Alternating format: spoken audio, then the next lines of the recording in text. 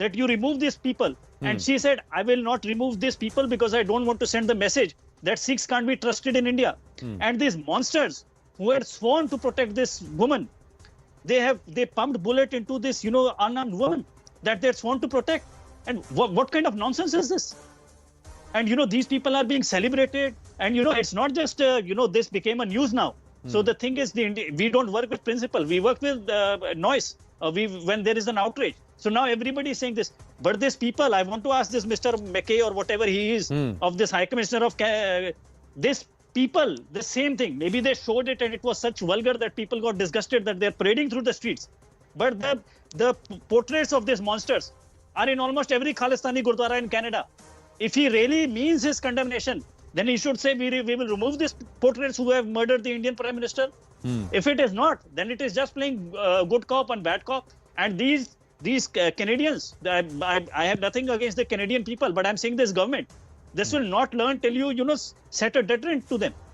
And we are not setting the deterrent, we are removing the deterrent. And what favor you have done to the Sikhs? Our face has been blackened in front of the entire world when they took out for 6 hours. Yeah. So I'm really, really disgusted with what has happened. See, you have a very strong point of view, Puneet, there, and largely I do accept. But this question about the blacklist was asked, and I did ask with some very senior members within the government and the thought process behind it. And they said that more than 300 odd people were part of this blacklist. The number of people who are actually creating this entire trouble or orchestrating it is about 10 or 20 of them. The remaining have all reformed and they are not acting against India. So for the sake of that, so yes, there needs to be something done, and I totally agree with you that this should not be tolerated. Somewhere while trying to allow, वो कहते हैं ना कि गुड़ के साथ ये भी पिस गया, the chaff also. So that's what we've had this whole scenario here where you could not have selectively opened the blacklist. You could have done that. On hindsight, perhaps more measured way of trying to open up and really see who is reformed and who's not could have been done. A lot of checks and balances could have been done, but that's water under the bridge. What can we do now? Ambassador Deepak Vora, now Puneet Sawhney sharing more details. Now this is all the more something that India needs to take cognizance of. It's not that in one particular street that this tableau was there for some time and it was only shown at one particular place. 6 kilometers for 6 hours this was portrayed, and this is also the counter effect. Like I said, crores of Sikhs don't identify with this. And that entire grouping is being branded by a handful of people who are up to some nefarious business because they are motivated and they are being goaded by the enemy. Now, this is also a reality. This is embarrassing for the Sikh community itself. As Puneet has said. Listen very carefully to what Mr. Sawhney is saying. Son, I congratulate you on your forthrightness. You were excellent. Sir, let me quote to you a little incident that happened to me when I'm in New York, when I arrived. One question asked to me at immigration, and listen to this. Mr. Ambassador, are you a Muslim? I said, no. All right, then go right through. We have no issues. An immigration officer in the US asking me this. A handful of rabid Islamists have ruined the reputation of the religion. A handful of rabid Sikhs are doing the same to their own religion. There are going to be people, Mr. Sawhney, be prepared for this. Going somewhere to Europe or wherever you're going, someone asking, oh, are you the Sikh? Are you the guys who celebrate murder and assassination? What are you going to say? Do these idiots who have done this even realize, the 20 or 30 of them, that they've tarnished an entire community that is known for its valor and sacrifice? Sir, yeah. I wear a kala from the Golden Temple on my right wrist. I was baptized there. Who are these guys? They don't understand either Sikhism. They don't understand international relations. They don't understand the meaning of politeness, of propriety, of staying within the so-called red lines. These guys have absolutely no sense. But the Canadians ought to have been much tougher. They would have given permission for this parade. Did they not know? When people ask us that whether it be the Tibetans or anybody else, we wish to demonstrate, we say, all right, what are you going to do? Where are you going to go? What are you going to show? We are very, very careful not to damage our bilateral relations with other countries. I know this, sir. I've been in the ministry, I've been in diplomacy for 50 years and counting. We are very cautious not to do this. For example, we are going to have the G20 summit in India. There are many people in G20 countries who may not agree with their governments. If they want permission to demonstrate, we'll say, all right, you'll do it there, but you'll do it in a polite and gentle manner, not this kind of nonsense that we've seen. The Canadians, I'm not saying all Canadians, I think Justin Trudeau has truly lost it. Sir, do you remember that 3 years ago there was a demonstration by Canada First Nation? That is the original inhabitants, the autochthon, whatever, I forget the word, of Canada, and he had them forcibly removed. Then when the farmers were protesting, what did he say? Oh, Canada stands by you. What were they protesting about? They were saying, why are you removing our subsidies? And in the WTO, this same fool goes around saying, oh, but India is giving subsidies to its farmers, therefore their agricultural produce is cheaper than mine. I say you can't have it both ways. You are supporting them because they are protesting the removal of subsidies, and on the other hand, you are saying give them back their subsidies. I just don't. He's either confused, or he's an imbecile, or he's both. I prefer to believe that he's both. But the other thing is that he believes that he can stay on in power with the support of such elements who now are trying to, who have him on their fingertips and are dancing to their tunes. Now he's a puppet in the hands of those elements who are out there to hurt India. Now India needs to take a position. Yes, Puneet, please, go ahead. Anand, sorry, I want to really make a very important point to just, what you said. So this is what we believe. I give facts for everything. So we say like Sikhs are against it. I give you an example. There is a Sikh parliamentarian from this very area, from where they have taken the tableau. It's a Punjabi-dominated area. It's called Brampton. And the member of parliament from there was Mr. Ramesh Singh Sangha, a Jat Sikh. And he stood up in the parliament that this, like this Khalistan extremism is real. He was quoting the local IB, of which is CSIS of Canada, that this is true, Khalistan extremism is there, and some politicians are supporting it. Trudeau threw him out of Liberal caucus, from the party caucus. And that guy's political career has been destroyed, and he's running a law practice now. So it's not that they give space to this Khalistani element. They destroy the political career of Sikhs who speak against this. And the Sikh who spoke against it was not somewhere from, who doesn't know. He was from this very community and chosen by this very people. So this terrorism is being, like we are being defamed by this Trudeau. And I give you another example. His Trudeau's national security advisor on this very same day, when this tableau was running, she said Indian government is interfering in Canada. Now you see this Khalistan referendum that they are running in Canada. So, first of all, they say this is freedom of speech. But do you know where they are gathering all these Khalistanis? It's community centers. So it's government land. It's not in somebody's house that they are doing this. So they are, you can get a community center for normal people. So they are using the government, knowingly or unknowingly, the government is actually sponsoring, becoming a state sponsor of secessionism. Not terrorism here, but a state sponsor of secessionism or direct assault on the sovereignty and leaders of another nation. This is insult to a former Prime Minister of India. This is a collective assault on India. So this is beyond just political corridors. It's a bipartisan position that we as a nation have to take, that you dare not allow anybody to insult the Prime Minister or former Prime Minister, no matter what issues we have or don't have with our Prime Minister. Our Prime Minister is our Prime Minister. You dare not insult Indira Gandhi. That's a position India has to take, Puneet. Yeah.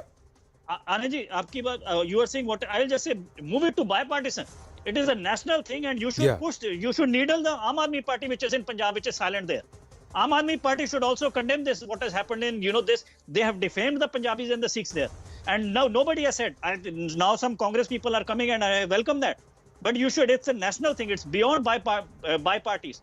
Aam Aadmi Party has not said it, and you should put pressure on them to give a statement on this. Now, if Aam Aadmi Party remains silent on this, then that itself will be deafening. That itself will be very, very voluminous, and everybody will hear it out loud and everybody will see it. But I am saying right now, the collective might of India needs to tell Canada 2 or 3 things, Ambassador Saab, and how best to do it. First is that you do not insult a former Prime Minister of India. You do not tolerate that insult. Second, you do not allow those elements who are going to challenge or work against our sovereignty, because that means you disrespect my sovereignty.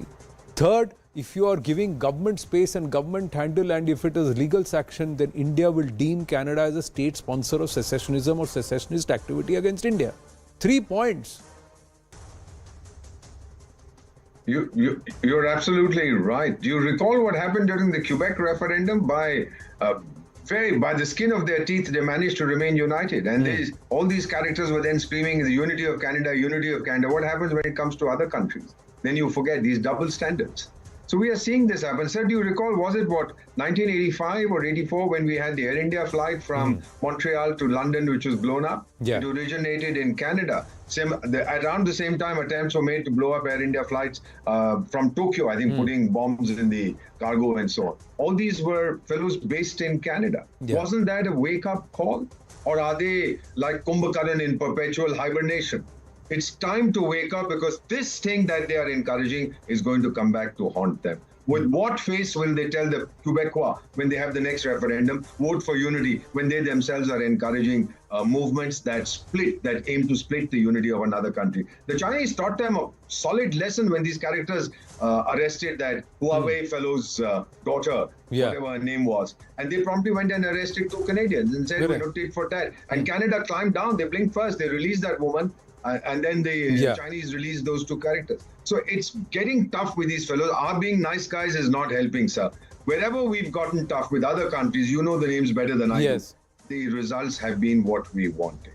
So if you have to hit them, show them our strength. This is a new India, the 4th largest economy in the world, 3rd most powerful military in the world. We teach you a lesson if you mess around with me. Whatever her political compulsions, her political leanings, she was my leader. Yes. And you do not insult her. Yes. Just as I don't insult assassinations, I don't celebrate assassination in other countries. So in my neighboring country, which keeps fighting with us, there have been several political assassinations. I haven't danced with joy on the streets. I don't allow them to be celebrated.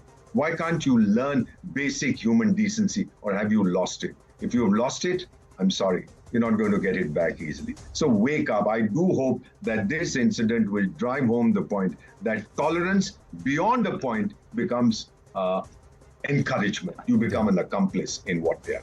Yes, and not just that, it's a sign of weakness. For us also to tolerate these kind of insults is a sign of weakness. For Canada to allow this itself shows that you are encouraging it and you are guilty of something. But the larger question is also, Prime Minister Narendra Modi really respects Sikhi. The years of emergency he's taken Sharan in a Gurdwara, he's practiced Sikhi, he's lived his life as a Sikh, and we know that very well.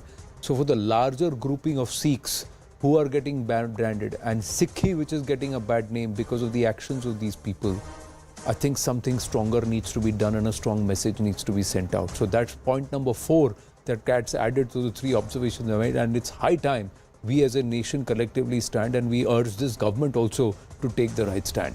Ambassador Vora and also Puneet Sahni, thank you so much. Always a pleasure. Thank you so much. Namaste and Jai. Thank you, sir. Jai Thank Mata. you very much. Moving on to the next story here on the right stand this evening, ladies and gentlemen. Imran Khan versus the Pak army. This entire story escalating. Former Pak Prime Minister Imran Khan likely to be tried under the Pak Army Act and the Official Secret Act in a military court for his alleged involvement in the May 9 incidents in which military and state installations were attacked by his party workers. Now, allow us to break down the story for you. First up, the Pak Army General, Syed Asim Munir, chairing the Formation Commanders Conference, the 81st conference. And here are the inside details of the 2-day meeting that we've accessed courtesy our investigations editor Manoj Gupta. Now, corner Imran Khan was the agenda of this meet.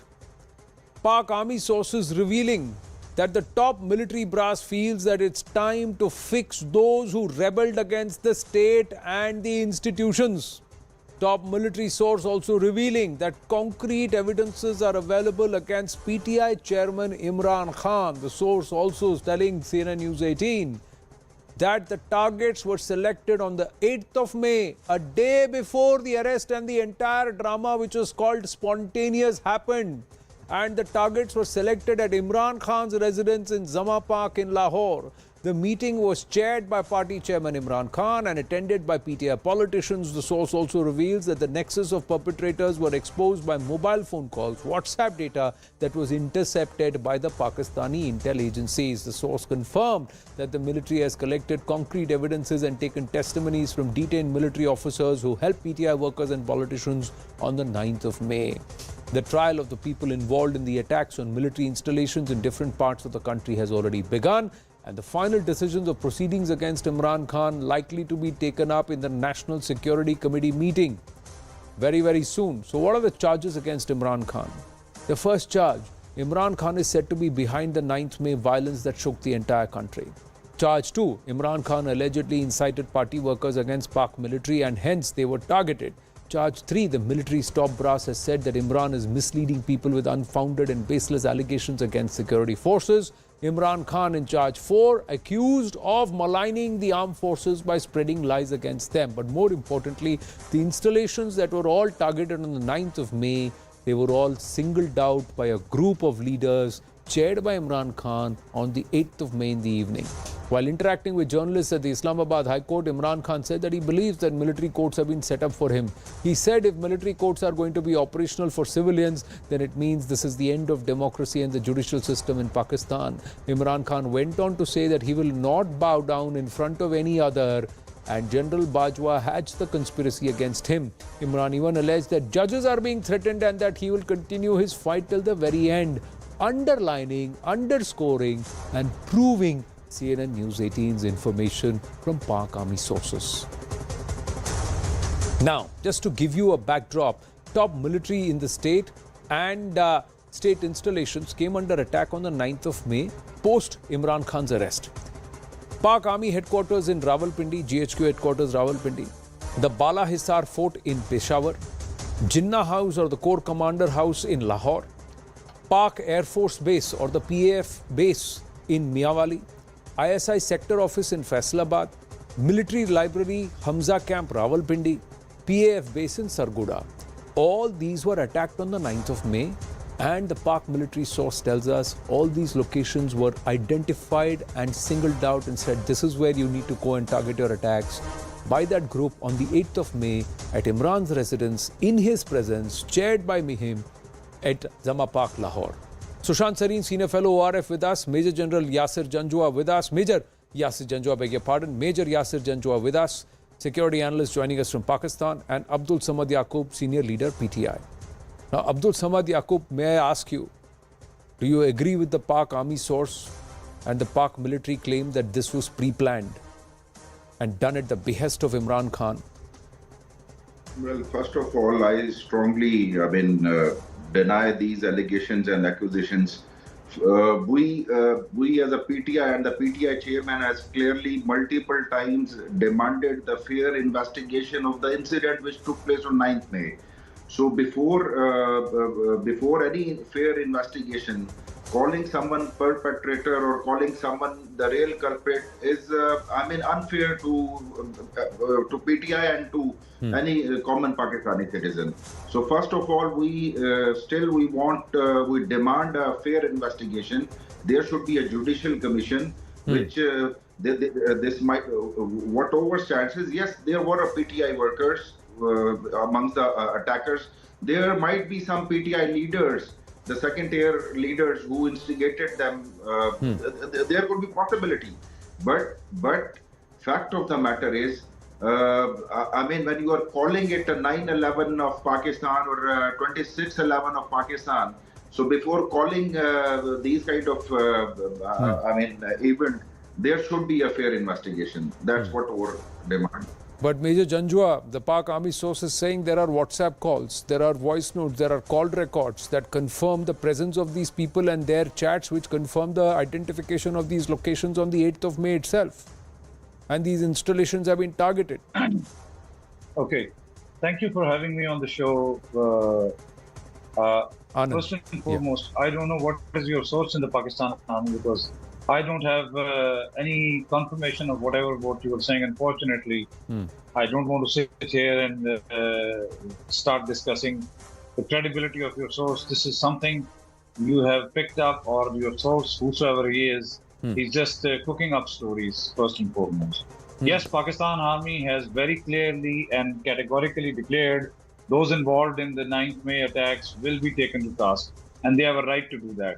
If you attack my house, I have a right to do what my responsibility to protect my house is. So Pakistan Army laws very clearly state that if their property, if their premises, anything happens, there is a Pakistan Army Act and there's an Official Secrets Act. So anybody who's attacking those premises will be taken to the court of law according to those acts. It's as simple as that. And I explained that in the previous program as well. So anybody who's been involved, as Abdul Samad Yaqub was saying, if there are some PTI second-tier leaders or PTI workers involved, they will meet their Waterloo. There is no doubt about it. Because if they have done it in the excitement or whatever you might call it, that they want to take revenge from any institution, they should face the music, because Imran Khan didn't say it, Imran Khan didn't authorize it, and I have not heard any Pakistan Army spokesperson at the top or even at the bottom level saying that Imran Khan, they always have been saying, and even in the Formation Commanders Conference, after that conference, yesterday also, they said the perpetrators of the attack. Imran Khan's name has not been taken. You might want to take Imran Khan's name. Even if you take it or anybody takes it, well, there's a law that is there. Nobody can, even if Imran Khan is eventually named, Imran Khan will face the courts, and he will, if he will have to then face the military courts, Major Janjua, and that is exactly what Imran Khan today briefed and said, that military courts are being set up. So खबर तो वहाँ भी पहुँच रही है, इमरान खान को भी खबर पहुँच रही है कि पाकिस्तानी फौज में क्या हो रहा है. वैसी खबर हमारे यहाँ भी पहुँच रही है कि पाकिस्तानी फौज में क्या हो रहा है. So I'm just sharing what our investigations editor Manoj Gupta has accessed. Major Janjua, my point is, sir, if I just wanted to ask you, if the Pak Army cites, WhatsApp chats, no, Major Janjua, I'm asking, if the Pak Army cites WhatsApp calls, call data location or cell phone identification or geolocation via cell phones, and confirms this and claims this is the proof that shows to the military court and the JAG, that Judge Advocate General, that this is what is a proof that on 8th of May these locations were discussed. Imran Khan was present there. He masterminded the attack. He is the chief among the perpetrators. See, okay, understood. I'll answer this. If there is call data, WhatsApp calls data, and recordings of calls, conversations between Imran Khan or anybody, to prove that, then it will be an open and shut case. But I'm trying to tell you this is a very interesting thing. The Inspector General of Police Punjab, IG Punjab, says we traced all these calls on the 8th of May. May I ask you, if he traced these calls and this conspiracy that was being hatched, if he unearthed this, the police unearthed this on 8th of May, where were they on the 9th of May when they did not go? That's a question you have every right. That's a question you have every right to ask. But what does that mean, Sushant Sareen, that if Imran Khan is nailed by the Pak Army and identified as the mastermind of all that was unleashed on the 9th and 10th of May? So, Anand, a couple of things. One, the incompetence of the Punjab police is not a justification for what happened on the 9th of May, as far as the Pakistani state is concerned. Secondly, I think there was very clearly a kind of a design in the mind of Imran Khan on how he can bully the Pakistan Army into submission. And I'll give you two instances of this. One was, I think a couple of years back, there was this clip which appeared where Imran Khan is talking to a few of his party men, where he says that, look, if you bring 20-25,000 people out on the streets, the Pakistani generals will piss their pants, right? So he had that in his mind, number one. Number two, last year when his government was, was removed from office in a vote of no confidence, I don't know how people have forgotten, a lot of his party cadre went and surrounded the house, for example, of the Peshawar Corps commander. We saw scenes of their clambering over those tanks and stuff like that, or armored personnel carriers or whatever they were. We saw those scenes. So clearly there was a design in the minds of these guys that if push comes to shove, we will do this. Now, did they intend to burn down, for example, the Corps commander's house? Perhaps the plan was to surround the Corps commander's house. And then, because people are hot-headed and, you can't control a mob, and that is the problem with mobs, maybe some people entered and they burned the place down. But that doesn't mean that this wasn't planned. Number three, let's remember one thing. Look, the only reason for taking these cases to military courts is because those are kangaroo courts. The standards of evidence required in those military courts, we've seen what kind of judgments these military courts pass. They are kangaroo courts. Pure and simple. Yeah. So you want to take people out there and you will prosecute them out there so that it is instant justice. which pleases the military mind, which is a very simple mind in many ways, right? For all the deviousness which these guys come up with, they're basically very simple-minded people in black and white. But I think the bigger problem, Anand, for them is going to be, what are they going to do about the Pakistani judiciary? Now, the corps commanders, and I sense a kind of impotence in these formation commanders conference press release which came out, that they are all at sea as to, because they don't know how to handle the judiciary. They think they can threaten them, they can intimidate them, but Imran Khan is continuing to be defiant. Number one. Number two, the judges, which is very unusual for Pakistan, are continuing to back Imran Khan. So it's basically the judges who are resisting, led by this guy, the Chief Justice, and a couple of other judges. They are the guys who are resisting. They are the guys who are constantly giving these blanket relief to Imran Khan and some of his cronies, right? Now, how in the past, and I'll just take 1 minute more. In the past, every time the Pakistan army wanted to crack down the way they are cracking down now, it was under a military regime. Okay? Or it was under a regime or a system where the judges were basically underlings of the Pakistan army, which they've always been. This time it's a first that this crackdown is taking place under at least ostensibly a democratic system, but we know what democracy is in Pakistan and what rule of law and rule of mother-in-law is in Pakistan. So one, it's under a democratic system, so you can't bamboozle the judges the way you used to earlier. Number one. Number two, the bigger problem is going to be that if the judges start giving relief to people who are, for example, being tried in military courts, the judges rule the military courts illegal. What are you going to do about it? There is no easy way of removing the judges under the current dispensation. How do you remove the judges? By staying within the four corners of the constitution? And that is what is emboldening the judges to stand up to these guys. Right. So I think if the judges push things too much push things too far, then maybe all constitutional niceties will be thrown to the winds. Okay, but we are seeing indications of that. We are seeing indications of that with the Shehbaz Sharif government itself increasingly sharpening its tone and its cudgels, not just against President Alvi, but also against. Shehbaz Sharif's government is neither here nor there. What do they have? Point is that see, I'm just saying they are dependent on the Pakistan army. I'm just saying that there are two positions that are clear: the army and the military establishment and Shehbaz Sharif on one side, the judiciary, PTI, and perceivably a large swath of people on the other side. So these are two positions that have been taken. Now today itself, the development, as I go across, I'll come to you, Major Janjua, after Abdul Yaqub can get a word in. 6 cases related to the 9th of May today. 1 Toshakhana forgery case, 1 case inciting rebellion in institutions, 1 Toshakhana protest murder, and 1 Quetta murder case. 10 cases Imran Khan has been granted bail by the Islamabad High Court today. The Islamabad High Court has then taken jurisdiction across cases lodged in Lahore or any other province also, Punjab or any other province also, saying blanket bail and cover for Imran Khan. So they've also taken an open position.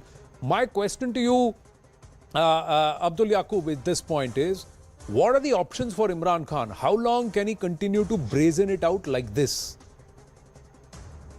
Well, first of all, these are not like 150 cases. When you file 150 cases against someone, even High Court knows, judges of High Court or Supreme Court knows that these are the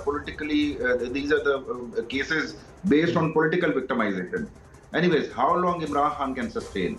As he has clearly mentioned that he is going to fight for till the last ball. So what that clearly means that he is not going to leave the country. He will remain in the system within the parameters of the system. He will resisting and he will continue. I mean, who is the upfront? सामने कौन है? सामने जो opponent है, मैं उनकी बात नहीं कर रहा जिनकी बात सुशांत सिंह ने की, लेकिन apparently I would call his political opponents or his enemy at the moment. मैं किसी और की तो बात नहीं करूँगा. And Sushant was quoting statement of Imran Khan.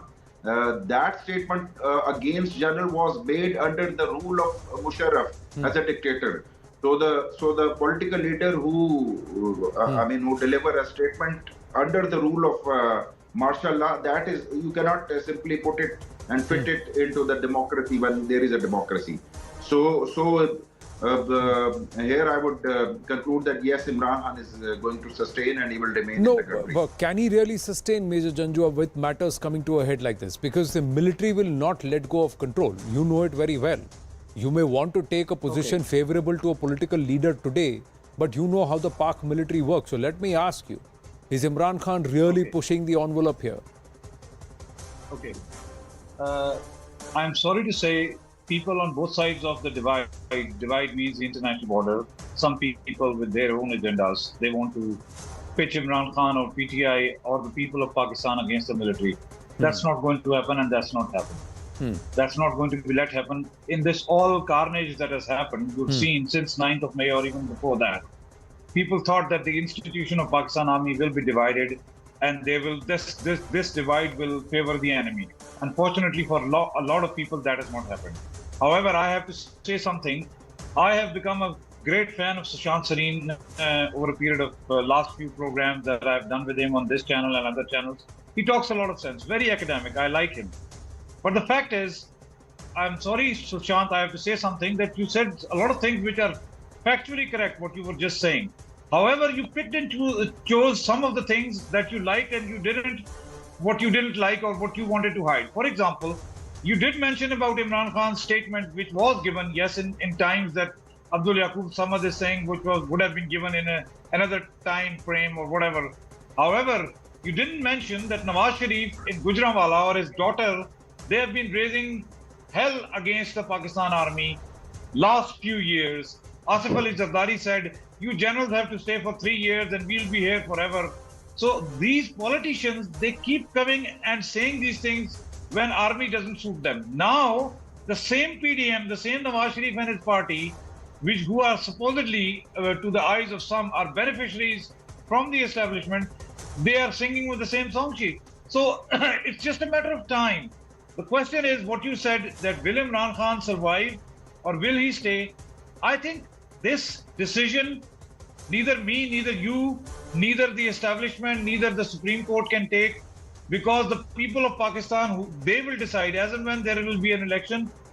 It will be crystal clear who commands the majority. Will there be an election with Imran Khan in the system, or will it be without sense the PTI, or the PTI being disqualified and totally disbanded altogether? Have matters come to a head to that level, Major Janjua? That's what we are asking.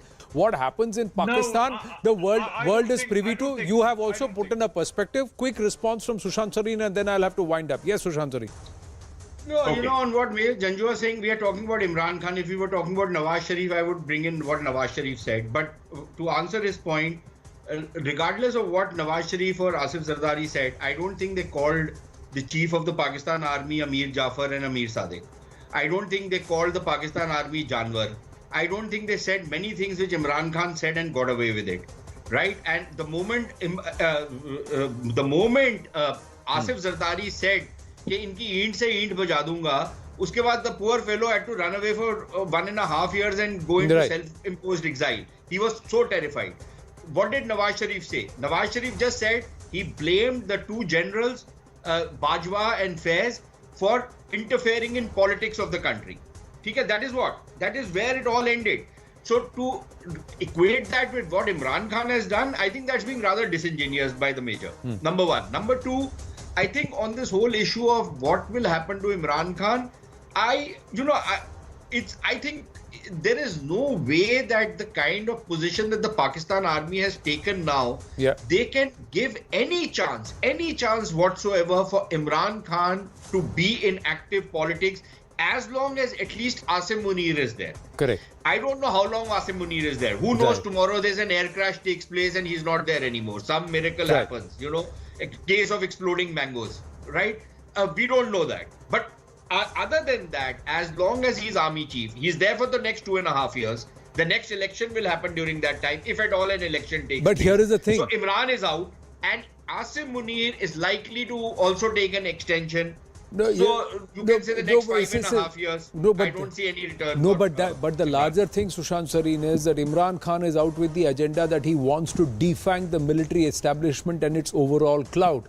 if he gets absolute majority in Pakistan in the National General Assembly, the first thing he will moot is to defang the Pak military and the military establishment.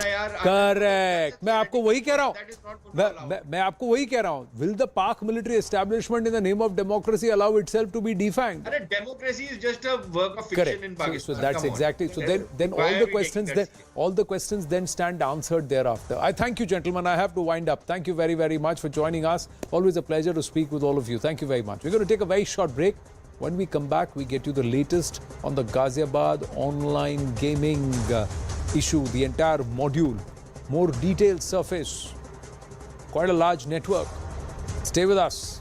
And also a chilling Shraddha rerun, a 32-year-old's brutal murder, chopped, boiled, disposed, 13 body parts that have now been recovered. Stay with us.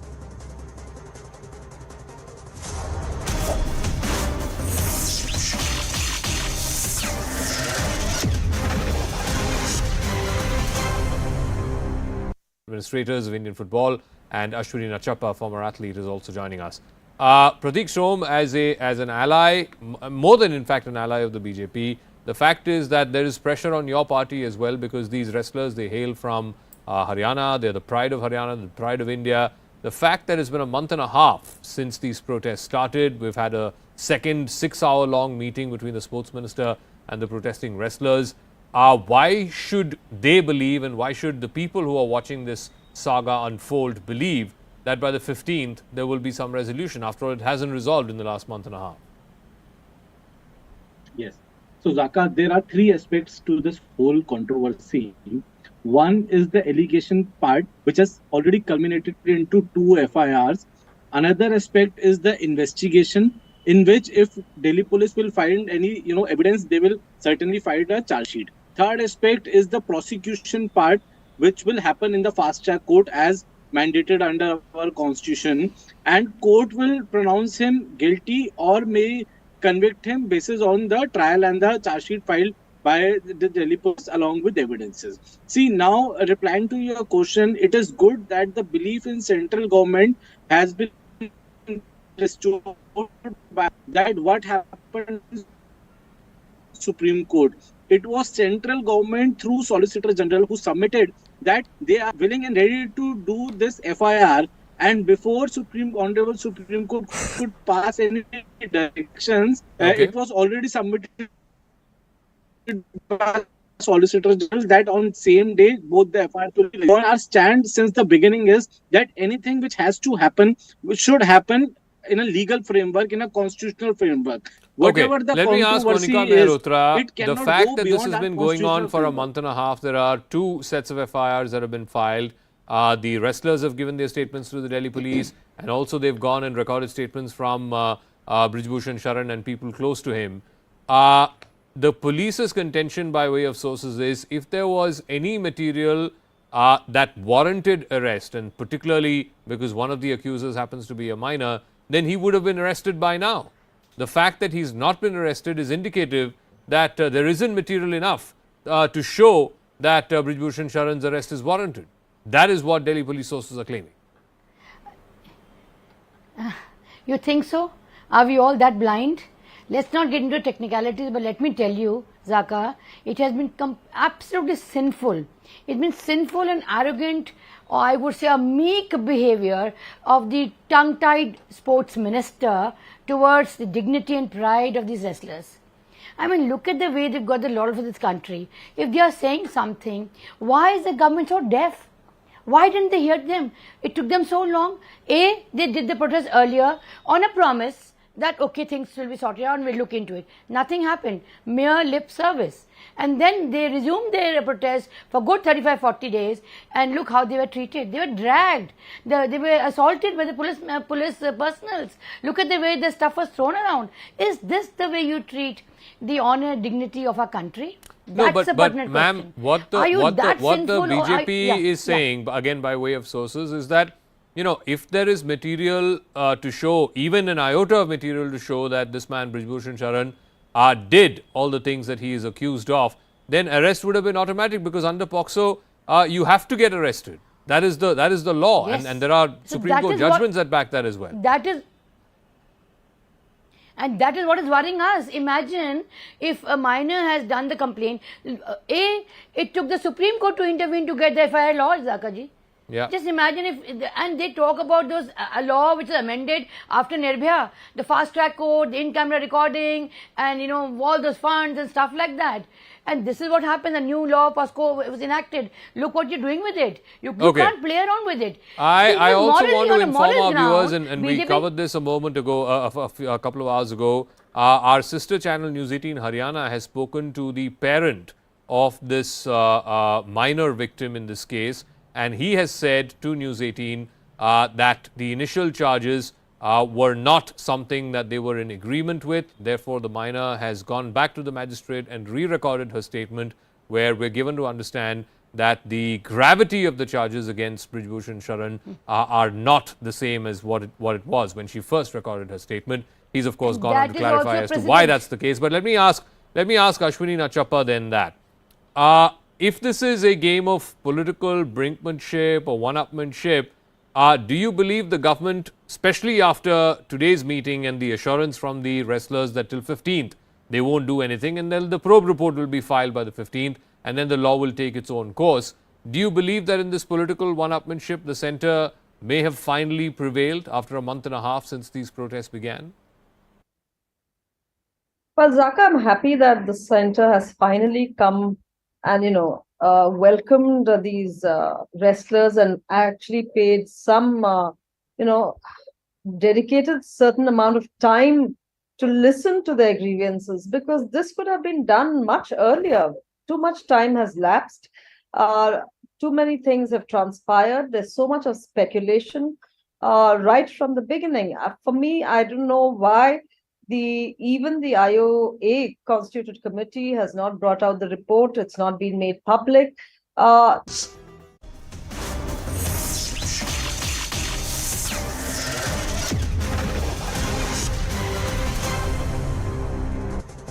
Back on the right stand with the latest coming in through with a gory crime, ladies and gentlemen, in Mumbai. In May 2022, the entire nation was taken by shock when Shraddha Walker's murder came to light. Even as her brutal murder is still fresh in our minds, yet another incident has shocked the nation. This time, a 32-year-old woman was allegedly killed by her live-in partner and chopped into 13 pieces in Mira Road. While 13 body parts were found at the residence of the accused, he disposed of the other parts after cutting them into several pieces. The accused, Manoj Sahani, a 56-year-old, was arrested on Wednesday evening while trying to flee from his rented apartment.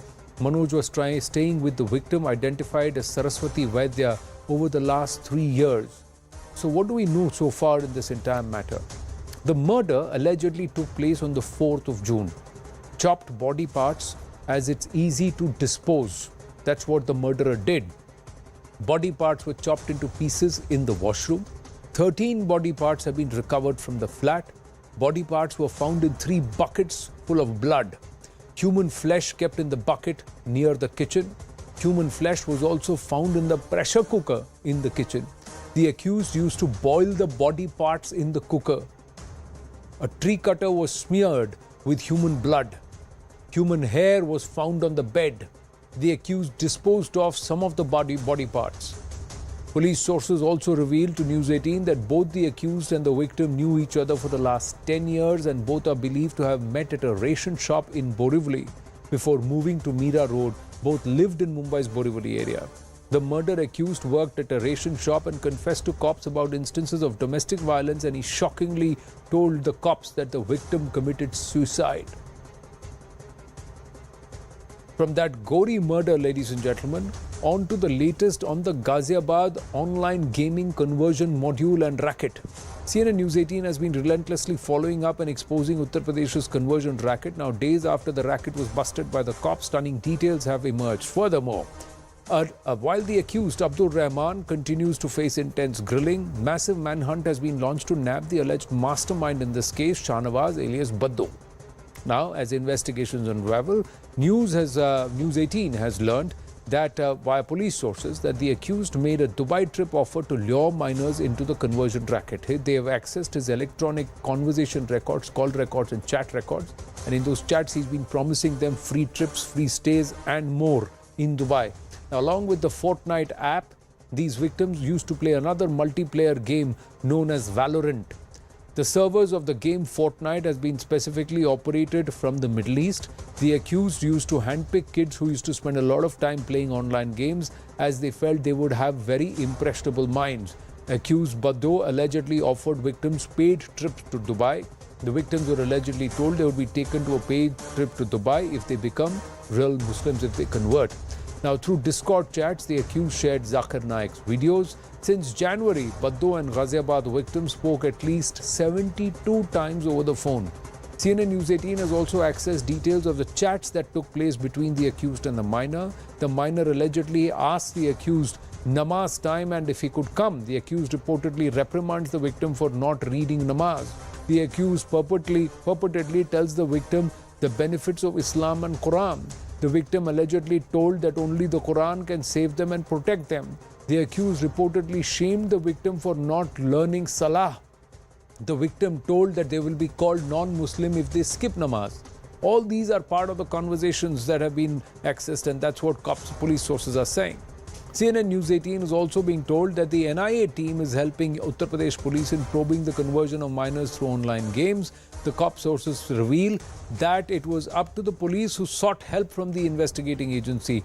UP Police was the one that went up, and they are going to further issue a lookout notice or a circular if Shahnawaz alias Baddo, as they fear that he may have fled abroad. They have accessed call data records that show that he's also tried using mobile apps or cab apps to hire a cab to move from Mumbai to Kolhapur and further on. Cops are conducting raids in many states of the country in search of Shahnawaz.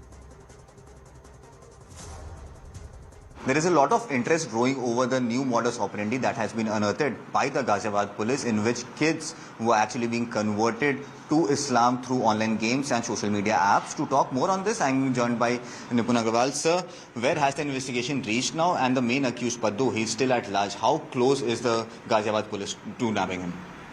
As soon as the FIR was registered, we formed a special team, dedicated team. We had sent it to Thane, Mumbai. Another team was sent to various states to record the statement of the minor converted children. We'll be arresting Baddo very soon. Sir, how many kids have come up till now? There was a few reports that the number could go up in hundreds. Is that report correct, or what has been found in the investigation till now? Till now, there are 5 minor converts. One is from Jain community. The other one is the others are from Hindu community. And regarding the 100 number of converts, we got a call. The Ghaziabad police got a call, and there was a guy who was claiming that there are many converts in Mumbai area. So we have shared this intel with the Mumbai police.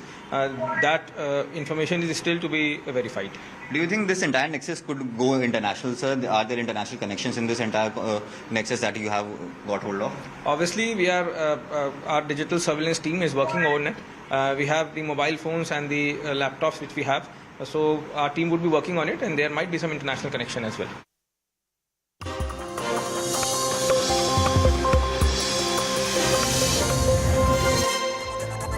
Good evening, this is Brass Tacks. I'm Zakir Jacob. There's a shocking murder that has come to light, this time in Mumbai, very similar to the Aftab Shraddha murder case. The couple were in a live-in relationship. The man killed the woman and cut up her body into more than a dozen pieces. And to try and get rid of the body, he cooked parts of the body in big utensils and then tried to dispose them off in big plastic bags. The neighbors grew suspicious. They reported it to the police. The man has been caught, but it begs the question. First, it was Aftab and Shraddha. Now Manoj and Saraswati. What is causing this depravity?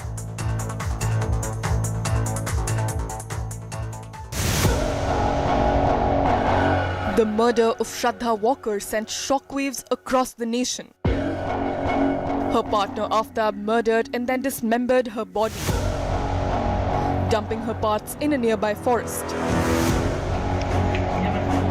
Now, a similar horror has emerged from the Maximum City, where a 56-year-old man has been arrested for allegedly murdering his live-in partner and chopping her body into pieces.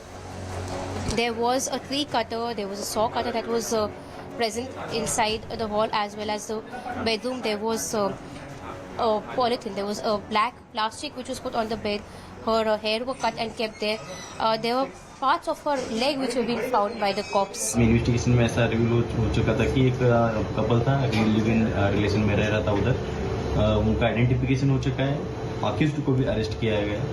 जो dead body के pieces मिले वो analysis के लिए हमने JJ hospital में भेजे हैं। The accused, identified as Manoj Sani, was staying with 32-year-old Saraswati Vaidya. Decomposing body parts were found in the home, and the police say the murder could have occurred 2 to 3 days back. Police have recovered 13 body parts and are trying to find where the rest were dumped. As per the FIR, the police have recovered a tree cutter that was smeared with blood and say that human flesh was kept in a bucket near the kitchen. Sources say the accused used to boil the body parts in a cooker in an attempt to hide the smell, but the neighbors raised the alarm. मैंने first time intimate किया था, मतलब मेरे को smell आई थी तो मुझे ऐसा लगा था कि हाँ कुछ इश्यूज है इधर, लेकिन मुझे लगा नॉर्मली कोई माउस चूहा मर गया रहेगा तो उसकी स्मेल आ रही, स्टिंग आ रही है, लेकिन 2 दिन कंटिन्यू आ रही थी। वो कैसे आ रही थी? आफ्टरनून और नाइट में आती थी, मॉर्निंग और इवनिंग में नहीं आती थी।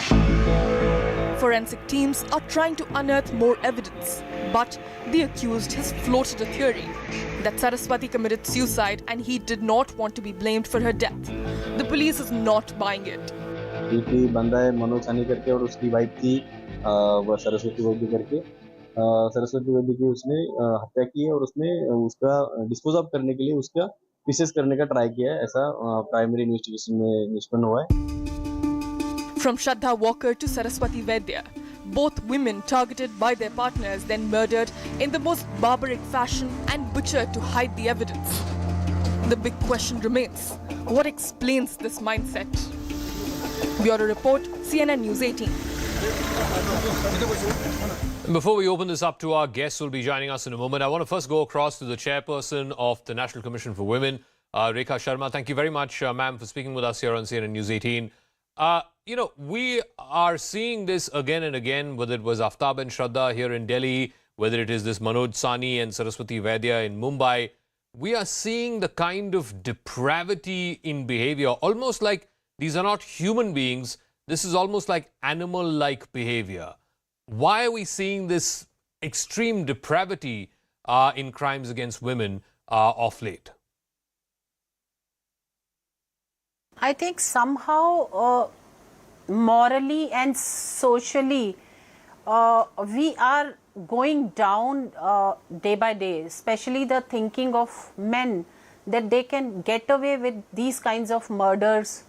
And when the people who have committed these kinds of crimes don't get punished, then also I think they think that they can go scot-free after committing crimes. And somehow I think how we should raise our sons, that we need to think, the families need to think that morally how we should raise our sons and how society can change the way of thinking of our boys, men. Now, in such kind of relationships where there is an abusive partner, a sociopath or a psychopath, and these women are living for 3, 5, sometimes even 10 years, how could they not know? How could they not figure out that their partner is a psychopath? Jaka, yes, they do know, but there is a battered wife syndrome also. That women also get used to these kinds of behavior of their partner. And that is the syndrome. And they really need counseling from a psychologist if they are going through that, because they are used to. These men, what they do is, when they misbehave with a woman, the second time they will, they will pardon themselves, they will say sorry, and they will again shower them with gifts and love them, and they take them back. Women take them. That is called battered wife syndrome. And many of our girls, even in Shraddha's case, we have seen that she was going through tough time with that boy, but still she was living with that person. It was because of that. They don't know that they have to go to a counselor, somebody and ask help. They don't know how to walk out of that relationship when they are beaten up, or they are harassed mentally or physically. One other thing that we've noticed, ma'am, is that oftentimes these kinds of victims of such harsh abuse, they are secluded away from their family, from their friends. They have no support system of any kind. What are the signs that one needs to pick up if somebody happens to be living